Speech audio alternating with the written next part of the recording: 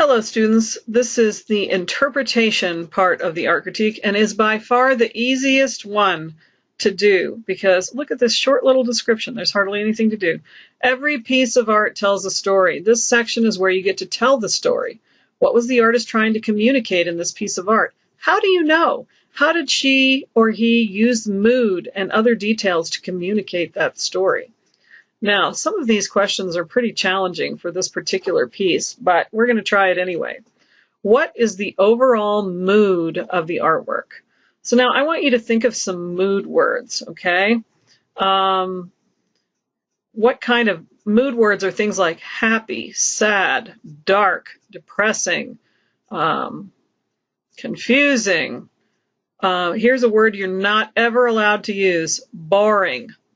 You're not ever allowed to use chill. These are like words that students rely on so that they don't have to come up with a word. I'm going to make you work a little bit harder than that, okay? So what is the mood of this artwork? I would say, gosh, let's see. Let me think. I think the mood is challenging. I'm going to say the overall mood of the artwork is challenging. Now, I really do hope I don't see, there I go again, clicking so that we get the wrong view. I really don't want to see like 100 responses that all say challenging because you watched this video and you couldn't think of your own mood word. Let's Google mood words, okay? Mood words. And see if you can't come up with some words of your own. All right. So let's go here. Here's a nice little graphic, words to describe. And in the context that we're using it, let's see. Here we've got this little poster here, a handy little Pinterest page, which I know that you can't go to because of our school filter. Mood words, list of 120 useful words. See, it was really easy to go find mood words. So in the context of the art critique, you're going to change the EDs to INGs. So is the mood surprising? Is it stressed? Is it mad? Is it loving? Is it lonely? Is it weird? Is it uncomfortable? Oh my gosh, that's the mood word I'm going to choose to describe Marcel Duchamp's fountain, uncomfortable, okay? So I'm going to go back to my interpretation thing. What's the overall mood of the artwork? The overall mood of the artwork is uncomfortable. Now, the next question asks you what visual facts from the artwork communicate that mood.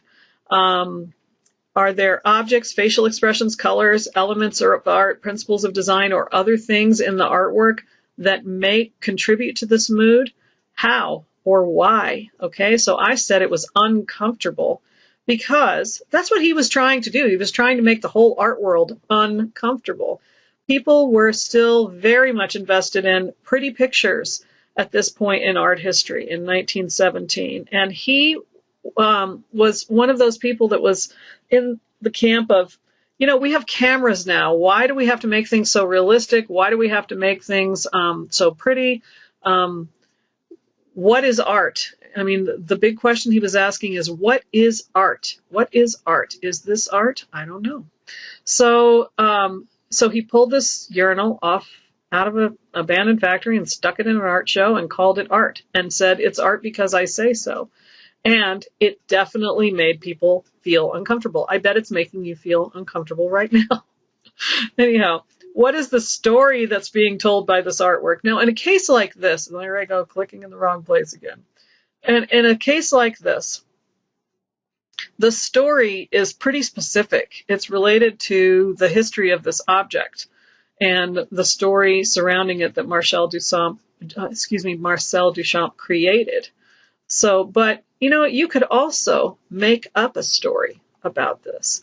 You could look at the object, you could look at the image, and you could use all of the answers that you gave me in your description, in your analysis, and put them together in this piece of artwork and tell me a story based on just those things.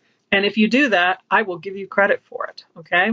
You can also tell me the actual story that is attached to this object if you do the research. But if you choose to do that, you'd better be right. You better make sure you do your research well and that you answer that question correctly. That, ladies and gentlemen, is how you do the interpretation section of the art critique. Let me know if you have any questions. Have a great day. Goodbye.